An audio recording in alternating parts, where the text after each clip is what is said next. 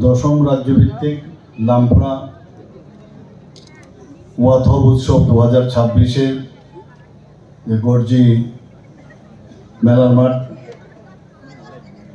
যে আজকে উদ্বোধনী অনুষ্ঠান, সেই উদ্বোধনী অনুষ্ঠানে আমাদের মাঝে উপস্থিত আছেন ত্রিপুরা সরকারের মাননীয় মন্ত্রী Shri Shuklacharan Noatia, guest of honour. একটু আগে ওনার মূল্যবান বক্তব্য আমরা শুনলাম এবং বিস্তারিত আলোচনা উনি আমাদের সামনে রেখেছেন এবং নোয়াতিয়াদের যে পরম্পরা এবং কিভাবে এই উৎসব এখানে হয়েছে এবং গত 10 বছর ধরে এটা সম্পন্ন হচ্ছে, সেই বিষয়ে একটু আলোচনা এখানে রেখেছেন। আমাদের মাঝে উপস্থিত আছেন guest of honour Shri Debal Debroy, honourable সভাধিপতি গোমতী জেলা পরিষদে। তাছাড়া এখানে উপস্থিত আছেন guest of honour Shri Jitendra Majumdar, honourable বিধায়ক। আর যিনি এখানে আমাদের প্রথমেই যিনি স্বাগত ভাষণ রেখেছেন,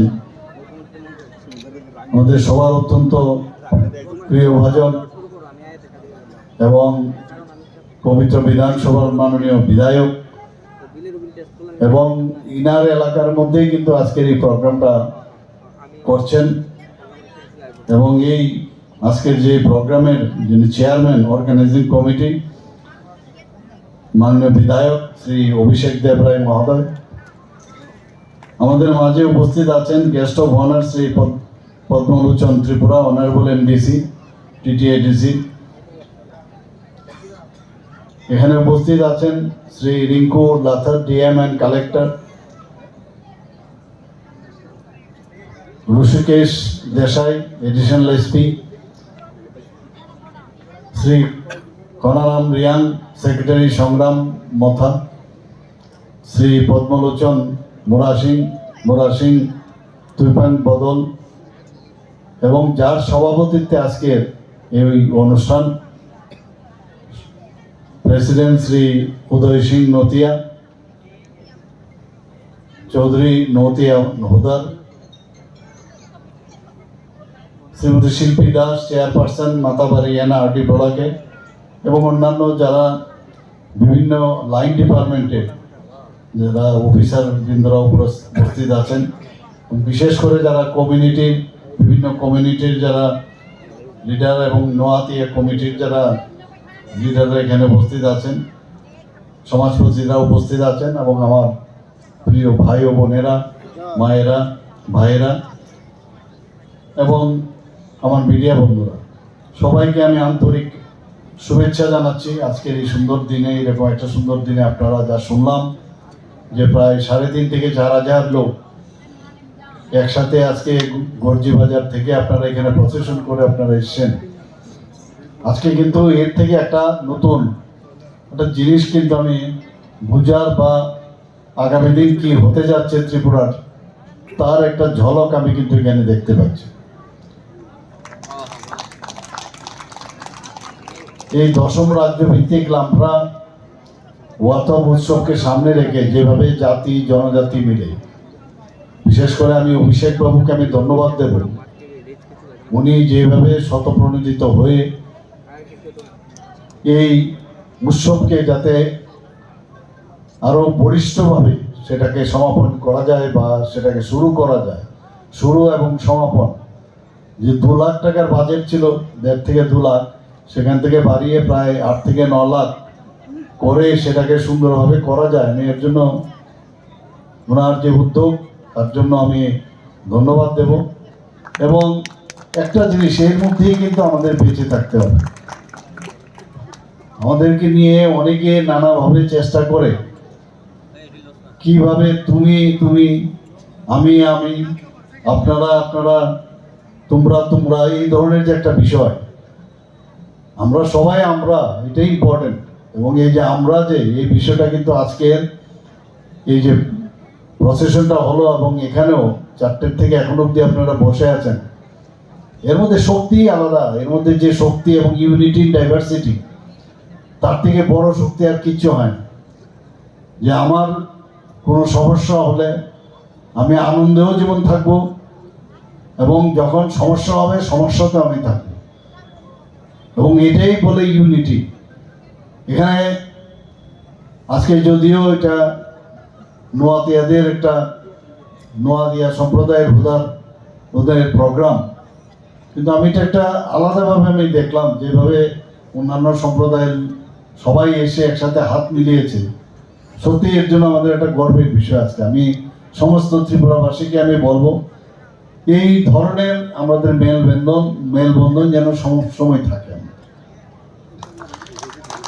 এবং এই মেলবন্ধনের ভিতরে আমি নিশ্চিত যে আমরা যদি স্ট্রং থাকি, আমরা যদি শক্তিশালী হই, কেউ এসে আমাদেরকে উল্টোপাল্টা বোঝানোর চেষ্টা করলেও লাভ হবে না। আমি আজকাল বিভিন্ন জায়গায় যাই, বিশেষ করে জনজাতিদের যে কোনো প্রোগ্রাম, যে কোনো জায়গায় হোক আমি যাওয়ার চেষ্টা করি। এখনো আমার বোঝার অনেক বাকি রয়েছে, এবং প্রতিটি সম্প্রদায়ের, ত্রিপুরা রাজ্যের জনজাতি গোষ্ঠীর তাদের এত সুন্দর ইতিহাস, এবং সেই ইতিহাসকে মুছে দেওয়া যে চেষ্টা, ইতিহাসও যেমন রয়েছে বর্তমানেও রয়েছে, এবং সেই যে আস্তে আস্তে করে বহু জনগোষ্ঠী তাদের কিন্তু আজকে হারিয়ে যাওয়ার পথে। এখানে নোয়াদিয়া গোষ্ঠীর প্রায় যা বলা হয়েছে সারা ত্রিপুরাতে প্রায় 14 থেকে 15,000 আছে। এরকম অনেক জনজাতি গোষ্ঠী আছে মাত্র 1,000, 1200 এরকম, আরো কম আছে অনেকগুলো। এবং এই জনজাতি গোষ্ঠীর মাননীয় প্রধানমন্ত্রী জি বারবার বলছেন যে সোসাইটির একটা বিশেষ একটা এলিমেন্ট আমাদের জন্য এই জনজাতি গোষ্ঠী। সারা ভারতবর্ষে ওনাদের যদি পার্সেন্টেজ হিসেবে আমরা দেখি খুব নগণ্য, কিন্তু আপনারা ভাবুন যে ওনাদের মান উন্নয়ন, আর্থসামাজিক উন্নয়ন, ওনাদের এডুকেশনের দিক দিয়ে উন্নয়ন, সব দিকে উন্নয়নের যে চেষ্টা, সেটা মাননীয় প্রধানমন্ত্রীজি করছে। প্রথমে আপনারা ভাবুন, আমাদের যে সরকার যখন অটল বিহারী বাজপেয়ী ছিলেন, তখন জনজাতিদের একটা সিম্পল একটা লেজ মত বলা যায়, লেজ একটা ছিল, একটা যে কোনো একটা মিনিস্ট্রির সাথে যোগ থাকতো। উনি আসার পরে জনজাতিদের উন্নয়নের জন্য আলাদাভাবে এই ডিপার্টমেন্ট করেছে। আর এখন মাননীয় প্রধানমন্ত্রীজি সেই উন্নয়নকে আরো কিভাবে ত্বরান্বিত করা যায়। আগে তো এটা আনদেখা একটা বিষয় ছিল, ও জনজাতি বাদ দাও, এই ধরনের একটা মানসিকতা কিন্তু ছিল, সেটা সেন্ট্রালি হোক, রাজ্যেই হোক, এবং সেখানে একটা ভোট বাক্সে পরিণত রেখেছিল। কোন রকম কিছুই নেই। আমরা দেখেছি কিভাবে তাদেরকে শিক্ষা দীক্ষায় উন্নয়ন রাখা যায়, তাহলে আমরা যেটা বলবো সেটাই বুঝবে ওরা, ওদের নিজেদের চিন্তা করার কোনো শক্তি থাকবে না। একটু আগে আমার পূর্ববর্তী বক্তা বলেছেন যে 2018 আগে মাত্র 4টা এখানে যে residential model residential Eklavya model residential school ছিল। আমাদের সরকার আসার পর আমরা 21টা জনজাতিদের এরিয়া, প্রতিটা ব্লকে, মেইন উদ্দেশ্য প্রতিটা ব্লকে একলব্য মডেল রেসিডেন্সিয়াল করা, এবং আমাদের ভারতের যে আমাদের যে সংস্কৃতি, সেটাকে মাথায় রেখে স্কুলগুলো করা হয়েছে। এবং আজকে এখানে 12টা শুরু হয়ে গেছে, 21টার মধ্যে 6টা মার্চের মধ্যে শেষ হবে, আর বাকিগুলোও শেষ হবে। এবং তার যে ক্রাইটেরিয়া রাখা হয়েছে, যে মাননীয় প্রধানমন্ত্রী যেটা বলছেন, প্রতিটি ব্লকের মধ্যে একটা একলব্য স্কুল হবে। কিন্তু ব্লকে করতে গেলে যে ক্রাইটেরিয়া, সেই ক্রাইটেরিয়ার মধ্যে লেখা আছে 20,000 মিনিমাম জনজাতি থাকতে হবে বা পপুলেশনের 50% থাকতে হবে। আমি এবার যখন দিল্লিতে গেলাম, কয়েকটা জায়গায় আমি বললাম যে কিছু রিল্যাক্সেশন দেওয়া যায় কিনা, আরো 15টা একলব্য মডেল রেসিডেন্সিয়াল স্কুল করা যায় কিনা, তার জন্য আমি দাবি রেখেছি। আমাদের সবসময় ইচ্ছা যে প্রতিটি গোষ্ঠী সবার সবকা সাথ সবকা বিকাশ, বিশ্বাস আর তার প্রয়াস। মিথ্যা কথা বলা আমাদের কোনো অবস্থায় আমাদের কালচারে নেই। হলে হবে, না হলে বলবো যে হবে না, এই সমস্যা আছে। এবং সত্য বলাটাই কিন্তু উচিত। মিথ্যা কিছুদিনের জন্য মিথ্যা বলে আপনাকে বিভ্রান্ত সৃষ্টি করতে পারবে, কিন্তু লং রান করা যাবে না। আর আমরা সেই কালচারের মানুষ নই। আমরা হৃদয় দিয়ে মানুষের সাথে কথা বলি। আজকে আপনাদের এই লামরা ওয়াদা উৎসবে আমি এসে এখানে ছেলে মেয়েদের যেভাবে আমাকে দেখে ফুল ছুটছিল, আমার কিন্তু অসুবিধা হচ্ছিল না। যেভাবে আমাকে স্বাগত জানিয়েছে, মনে হলো যে I am also one of the part and parcel of your this উৎসব। তো আমার কাছে খুব ভালোই লাগছিল, কোনো অসুবিধা হচ্ছিল না। আমার যারা সিকিউরিটি পার্সোনাল তারা বলছিল যারে মুখে দেবেন না, মাথায় দেবেন না। তো আমি কিন্তু খুব বেশি একটা আমার কাছে অসুবিধা হচ্ছিল না। এটা একটা আনন্দের বিষয়, একটা উৎসাহের বিষয়। আবেগ থেকে এই যে একটা রিসেপশন, তার মধ্যে কিন্তু আমি নিজেকেও যেমন আপনাদের মধ্যে খুঁজে পাই এবং আপনাদের মধ্যেও কিন্তু আমাকে খুঁজে পান।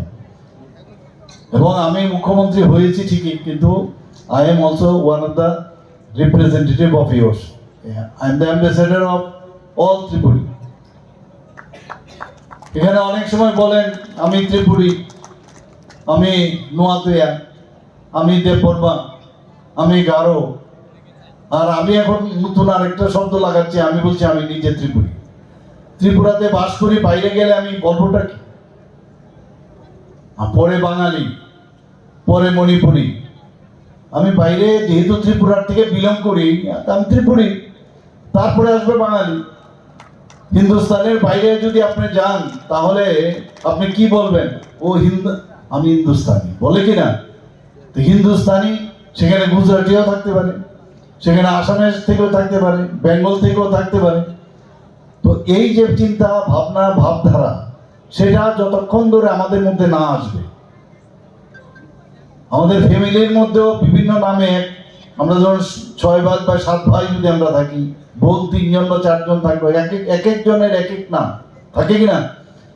কিন্তু ওই ফ্যামিলির মধ্যে আমরা সব ফ্যামিলির এক, এবং সবাই হাইটও দেখবেন আলাদা আলাদা, সবার চেহারাও আলাদা আলাদা, সবার গলার আওয়াজও কিন্তু আলাদা আলাদা, সবার শিক্ষা দীক্ষার দিকেও দেখবেন এক একজন ভালো পড়াশোনায়, একজন কম। তো এর অর্থ কি তুমি আলাদা আলাদা? যখন একটা ফ্যামিলির মধ্যে কোনো সমস্যা, একটা বিয়ে শাদীও যদি হয়, সেখানে আমরা সবাই উঠে পড়ে লাগি কিনা। বা ফ্যামিলির মধ্যে কেউ পরীক্ষা দেবে, তার জন্য সবাই আমরা মিলিতভাবে চেষ্টা করি ও কিভাবে পড়াশোনা করবে, ওকে কিভাবে সামনের দিকে এগিয়ে নিয়ে যাওয়া যায়। তো এই যে ডিভিশন, ডিভাইড অ্যান্ড রুলস, এগুলো ইংরেজরা শিখিয়েছে, এবং আমাদের বহু লোক আছে এখনো ওই ডিভাইড অ্যান্ড পলিসি, ওরা এটাকে করায়ত্ত করে বিভিন্নভাবে করার চেষ্টা করছে। আমি এক এক সময় হয়রান হই, আমি এক একবার অবাক হই যে এই যে একটা কথা মাননীয় প্রধানমন্ত্রীজি শুরু করলেন, যে সবকা সাথ সবকা বিকাশ, বিশ্বাস আর তার প্রয়াস। মানে অবাক হই যে এইভাবেও কি জীবন, এইভাবেও কি সমাজ করা যায়। আগে তো আমরা এই 3 দশক ধরে আমরা দেখে এসেছি, 4 দশক ধরে, তুমি মালিক আমি শ্রমিক, এবং তুমি মালিক বিরাট বড় দোষ করেছ, তাহলে আমার জিন্দাবাদ জিন্দাবাদ করতে হবে, দোকান বন্ধ করে দিতে হবে, ফ্যাক্টরি বন্ধ করে দিতে হবে। ইন্ডাস্ট্রি মেলার থেকে আমি মাত্র এলাম, ইন্ডাস্ট্রি অ্যান্ড কমার্সে, সেখানে আমি এই কথাটা বলেছি, এবং এটা একটা পয়েন্ট। এবং সেখানেও যখন আমার নিজের অভিজ্ঞতার থেকে বলছি যে কাম जितना काम करेंगे काम का दाम चाहिए बस। কিন্তু এর অর্থই না যে আমি একটা ইন্ডাস্ট্রিয়ালিস্ট বা একটা আমি যে ব্যবসায়ী তাকে আমি রাস্তা বন্ধ করে দেবো, তাকে মারবো, পিটবো, ধমকাবো, চমকাবো। আইন আছে, আইনের জায়গায় আছে, লেবার ডিপার্টমেন্ট আছে। এবং এখন আমাদের যে চিন্তাধারা যে কোনো জায়গায় এখন কিন্তু সেই কালচার আর নেই, করতেও দেবো না। এখন চেষ্টা করছে আবার সেইভাবে, কারণ এইগুলো করে করে তাও যদি শ্রমিকদেরও যদি এমন হতো যে কোনো শ্রমিকের কোনো লিডার হয়েছে, শ্রমিক কিন্তু লিডার না, যে চাকরি দিল, যে সুযোগ দিল, যিনি নাকি মানে এন্টারপ্রেনার, সে এই যে যাদের চাকরি দিল তাদের মধ্যে কোনো নেতা না। নেতা বাইরের থেকে এসে ঢুকে গেছে, যা তুই গিয়ে ওই ফ্যাক্টরিতে ঢুকে যা, তুই ওখানে নেতাগিরি করবি, কারণ আমাকে ওখানে লোক লাগবে। ভবিষ্যতে রাস্তাঘাটে যখন প্রসেশন বের করবো তখন ওইসব লোককে নিয়ে আসবি, মানে ফ্যাক্টরি বন্ধ করে, ইন্ডাস্ট্রি বন্ধ করে নিয়ে আসবে। অসংগঠিত যারা শ্রমিক আছে তাদেরকে সংগঠিত করো তাদের প্রসেশনের জন্য। এটা অদ্ভুত। এবং সেই কারণে আজকে 3 দশক 4 দশক ধরে আজকে আমরা যে ফেলিউর হলাম, আপনারা ভাবুন আমরা যদি আজকে সেলফ রিলায়েন্টের যে কথাটা বলছে, সেলফ রিলায়েন্ট আজকে 4 দশক আমাদের লস হলো কিনা। 4 দশক যদি আজকে এগিয়ে রাখতো তাহলে আমাদের ছেলে মেয়েদের সুবিধা হতো। মাননীয় প্রধানমন্ত্রীজি 2014 আগে অটলজি শুরু করেছেন, এরপরে ওনার আগে বা অটলজি এবং প্রধানমন্ত্রীজির মাঝখানে কেউ আর দেশকে সেইভাবে কিন্তু দেখেনি যে দেশকে সামনের দিকে এগোতে হবে। সেটা আজকে এই যে পরিবর্তন, আজকে আমরা দেখতাম স্ক্যাম স্ক্যাম স্ক্যাম, এইগুলোই মানে এই রাজনীতিতে আসতে হবে, যেভাবে হোক এদিক সেদিক করে মন্ত্রিসভা গঠন করতে হবে, সরকার চালাতে হবে, আর লুটে পুটে খাও। এই যে একটা অবস্থা, উনি কি বললেন যে मैं चौकीदार हूं, मैं खुद भी नहीं खाऊंगा, दूसरे को खाने भी नहीं दूंगा। এই যে একের পর এক একটা ডায়লগ, আমরা তো 70 দশকে এই ধরনের যখন দেখতাম যে মালিকের বিরুদ্ধে শ্রমিককে লেলিয়ে দেওয়া, স্কুল কলেজে টিচারদের বিরুদ্ধে লেলিয়ে দেওয়া, leave the schools and colleges and do red revolution, অদ্ভুত এক অবস্থা। Political strength grows from a barrel of a gun, গণফৌজনা না থাকলে জনগণের আর কিছুই থাকে না। এইসব তো ডায়লগ আমরা শুনেছি। ভারতবর্ষে থেকে ভারতবর্ষের কালচার ভুলে গিয়ে এটা বিদেশের সে কালচার এনে আমাদের ভারতবর্ষের মানুষের মধ্যে বিভ্রান্তির সৃষ্টি করেছিল। অনেক কষ্টে 2014-তে যখন মাননীয় প্রধানমন্ত্রী এসেছেন, আর এগুলো সব উপর থেকেই করা হয়েছে, উপরওয়ালাই করেন। যে এক নরেন্দ্র বিবেকানন্দজি চিকাগোতে গিয়ে ভারতবর্ষকে চিনিয়েছেন যে ভারত কি, সব ধর্মের প্রতি ভারতের সে সম্মান রয়েছে। এবং ভারতকে জানতে হলে অনেককে বলছে বিবেকানন্দকে জানতে হবে।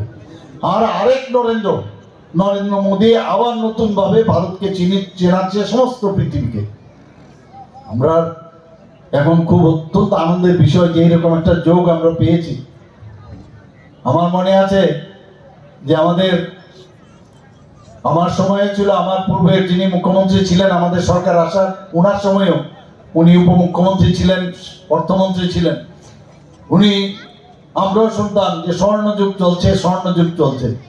তো উনি আমাকে একদিন বলছিলেন, আরে আমি তো স্বর্ণযুগ। আমি যখন প্রথমে অফিসে ঢুকে আমি অফিসারদেরকে বললাম যে ফাইলগুলো নিয়ে আসো তো, কোথায় সোনা টোনা পাওয়া যায় কিনা একটু দেখি। তো অফিসের ফাইলটাই খুলে স্বর্ণ তো আর খুঁজে পায় না, কিন্তু একটা জিনিস পেয়েছে, প্রায় 13,000 কোটি টাকা লোন ওনারা রেখে এসেছেন, সেটা উনি পেয়েছেন। এই হচ্ছে অবস্থা। আর আমাদের সময়ে সকাল থেকে রাত্রে অবধি যে বলা হয়েছে যে কিভাবে সাধারণ মানুষের তার আর্থসামাজিক উন্নয়ন হবে। আপনি ফরগেট অ্যাবাউট দিস জাতি জনজাতি, মণিপুরি বা সংখ্যালঘু, এখানে তো সবার জন্যই হচ্ছে। আজকে ঘর দেওয়া হচ্ছে, এখানে সংখ্যালঘু কি আলাদাভাবে পাবে, এসটি আলাদাভাবে পাবে, সবার জন্য পাচ্ছে। এই যে সবকা সাথ, এই শব্দ যখন বা এই সেন্টেন্স যখন শুনলাম, বা আমি বললাম এটাও এইভাবেও জীবন চলতে পারে। এবং আজকে সমস্ত ভারতবর্ষের মধ্যে আপনারা দেখুন, যেখানে দিল্লির মতো জায়গায় 27 বছর পরে দিল্লিতে ভারতীয় জনতা পার্টির সরকার এসছে, মোদিজির সরকার এসছে, এখানে উড়িষ্যাতে এসছে, অন্যান্য জায়গার মধ্যে বারবার বলছিল বোধহয় মহারাষ্ট্রতে যাবে, রাজস্থানেও যাবে, মধ্যপ্রদেশেও যাবে, আর বিহারও আবার যাবে যাবে করে। এই যে গুন্ডার রাজ, এই লালুর রাজ যে ছিল, সেখানে কি অবস্থা ছিল, সেখানে আজকে পর পর আজকে এনডিএ সরকার এসছে। এখন বাকি কোনটা রয়েছে? গঙ্গা তো উপর থেকেই বয়, সেটা শেষ কোথায় আসছে? বেঙ্গল। বেঙ্গলে আবার সেই এক সবকা সাথ সবকা বিকাশ বিশ্বাস আর তার প্রয়াসে আবার ওয়েস্ট বেঙ্গলও প্রধানমন্ত্রী নরেন্দ্র মোদীজির সরকার সেখানে গড়বে। এই সরকার গঠনের অর্থ এই না, আমি জানি এটা কোনো রাজনীতির কোনো ভাষণ না এখানে, এবং আপনাদের যে উৎসব এখানে কিন্তু রাজনীতির বাইরে। কিন্তু আমি সরকার হিসেবে আপনাদের বলছি যে আপনাদের এই যে আনন্দ উৎসব কখন করবেন? যদি দেশে শান্তি প্রতিষ্ঠিত থাকে, যদি একটা ফিল গুডের একটা ভাবনা চিন্তা থাকে, আমার ছেলে মেয়েদের তাদের রাত্রে 12টা 1টার সময় যদি যায় কোথাও, সে নিশ্চিন্ত মনে যেতে হবে, কোনো জায়গায় কিচ্ছু হবে না। স্কুলে যাবে তার সুযোগ থাকতে হবে, কলেজে যাবে কলেজে পড়ার সুযোগ থাকতে হবে। আজকে সেই সুযোগ সুবিধা তখনই হবে যখন দেশে শান্তি থাকবে, রাজ্যে শান্তি সম্প্রীতি থাকবে। আমরা সেই ব্যবস্থা আমরা করছি এখন ত্রিপুরাতে। আগে ভাবুন, আমি উদয়পুরেও হসপিটাল আমার এখানে পোস্টিং ছিল কোনো এক সময়। আগরতলা থেকে যখন আসতাম আমার মনে হতো সে পাহাড় দিয়ে আসবো, যে কখন যে কি হবে বলা মুশকিল। দুই দিকে বিশালগড়ের এইদিকে আগুন জ্বলছে, এইদিকে আগুন জ্বলছে, কিরকম একটা অবস্থা ছিল আপনারা ভাবুন।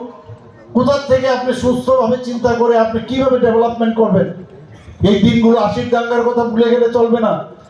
প্রায় 2000 থেকে 3000 জাতি জনজাতি লোকের মৃতদেহের উপর দিয়ে কিন্তু আজকে আমরা এখানে বসে আছি। আজকে দিল্লিতে যখন শিখ দাঙ্গা হয় তাদের নিয়ে খুব হইচই, কিন্তু এই ত্রিপুরার মতো জায়গার মধ্যে এতগুলো লোককে আমরা হারিয়েছি, এতগুলো লোক খুন হয়েছে এখানে, তাদের বিষয়ে কেউ কথা বলছে না। দুঃখ লাগে। তাদের সময়ে এখানে জনজাতি গোষ্ঠীর বিশেষ করে তাদেরকে কিছু লোককে তাদের সৃষ্টি এই উগ্রপন্থী সৃষ্টি করা।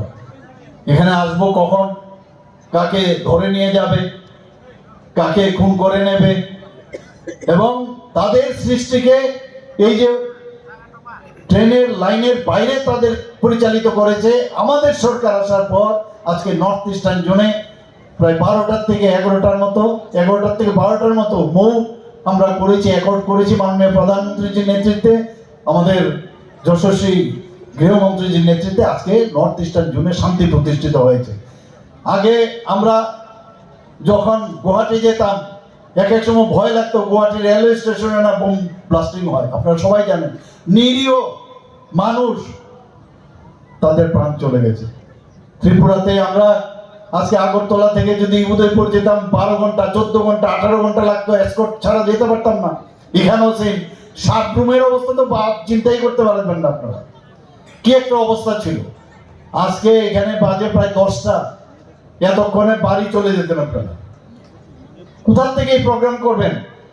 এই মায়ের গমন, দুর্গা পূজা, সরস্বতী পূজা, আপনাদের সমস্ত সংগ্রামা পূজা থেকে আরম্ভ করে যতগুলো পুজো হচ্ছে, আজকে শান্তি প্রতিষ্ঠিত হয়েছে বলেই মনের শান্তিতে আপনারা কিন্তু সবাই একত্রিত হয়েছেন, যে না আমার ভয় নাই, আমার ডর নাই, আমার কোনো চিন্তা নাই। কারণ আমাদের কেউ একজন গার্জিয়ান আছে যিনি আমাদেরকে, আমি বলছি না যে সব 100% আমরা করতে পারবো, কিন্তু আমাদের প্রচেষ্টা আছে কিনা। আজকে মেডিকেল কলেজ হয়েছে এখানে, এখানে ডেন্টাল কলেজ হয়েছে এখানে। আমাদের সময়ে মাত্র 8 থেকে 9টা আসন ছিল, আজকে এখানে 450টা আসন হয়েছে।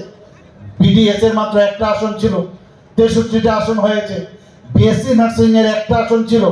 সরকারি পর্যায়ে আমরা বিএসসি নার্সিং এর 50টা আসনের আমরা কলেজ খুলেছি।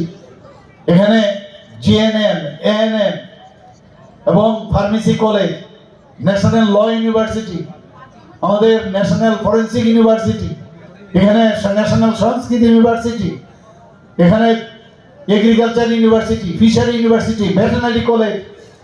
কোনটা না আপনারা বলুন।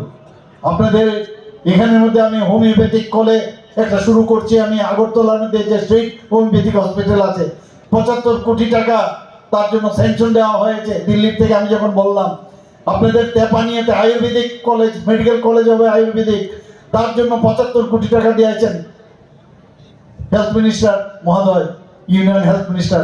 তো এই যে ডাবল ইঞ্জিনের সরকার যা চায় তাই দিচ্ছে, এবং মেইন উদ্দেশ্য কি? মানুষের সেবা আমাদের কাছে ধর্ম, সেবাই আমাদের কাছে ধর্ম। আজকে আমরা যদি সবাই ইউনাইটেড থাকি এবং ছোট ছোট বিষয় নিয়ে, ছোট ছোট ঘুম থেকে উঠে খালি চিন্তা করে কোনো ইস্যু পাওয়া যায় কিনা, কোনো ইস্যু পাওয়া যায় কিনা, এবং সেই ইস্যু ভিত্তিক যে ইস্যুগুলো কোনো ইস্যুই না, ইস্যু সৃষ্টি করে বিভ্রান্ত করে রাস্তায় নামা। আমি এখানে উদয়পুরে আমার মনে আছে যে কি বিষয়, একজন জনজাতি, উনি ডিস্ট্রিক্ট ম্যাজিস্ট্রেট ছিলেন এখানে, চাকমা বাবু, চাকমা সাহেব, ওনার সাথে দেখা হয়নি, তার জন্য তালা নিয়ে পরের দিন আন্দোলন, তালার ছড়ি নিয়ে তার মানে তার অফিস বন্ধ করে দেওয়া। এটা কোন ধরনের আইন, কোন ধরনের মানে আন্দোলন? রবিবার দিন একজন ডিস্ট্রিক্ট ম্যাজিস্ট্রেট কি করে কথা বলবে রাত্রে 10টার সময়, 11টার সময়? অদ্ভুত। মানে এইভাবে বিশৃঙ্খলা সৃষ্টি করো, তার মধ্যে যত গুলা মাছ, যত জল গুলা করা যাবে তার থেকে আসল মাছটা কিভাবে ধরা যায়, এই ধরনের সংস্কৃতি। দেখছে যে এইসব করে কোনো লাভের লাভ হচ্ছে না, আর মারধর তো আছে একটা, তোমার আমার মারো পিটো, যতটুকু পারো মারতে থাকো, আমাদের কথা যদি না শুনে মারবে পিটবে। আরে দেশে আইন কানুন আছে কিনা, আইনের শাসন আছে কিনা?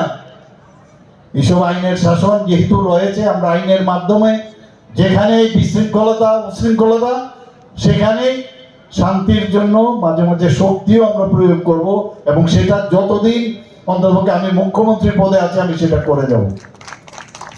বন্ধুগণ, আজকে এখানে আমার যে পূর্ববর্তী বক্তারা এখানে বিশেষভাবে আলোচনা করেছেন, আমরা চাই যে জনজাতি গোষ্ঠীর উন্নয়ন, আমরা চাই জনজাতিদের অনেক সমস্যা রয়েছে, কারণ আগে ওনাদের জন্য কেউ কোনো দিন ভাবেনি,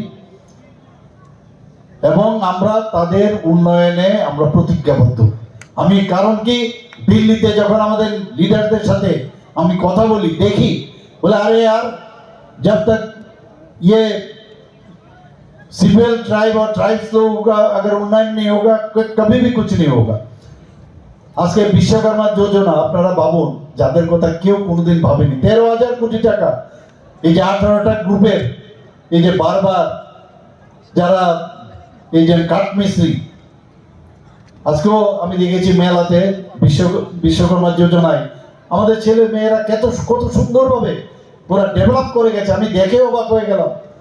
তো একের পর এক যাদের কথা কেউ কোনোদিন ভাবেনি, আমরা এখন তাদের কথা আমরা এখন ভাবি, এবং এটা ভাবার মানে এর জন্য না যে এটা তাদের থেকে আমাদের যে একটা রিলেশন সেটার জন্য না, তাদের দিস ইজ দেয়ার রাইট, তাদের অধিকারকে আমাদের তরফ থেকে দেওয়া।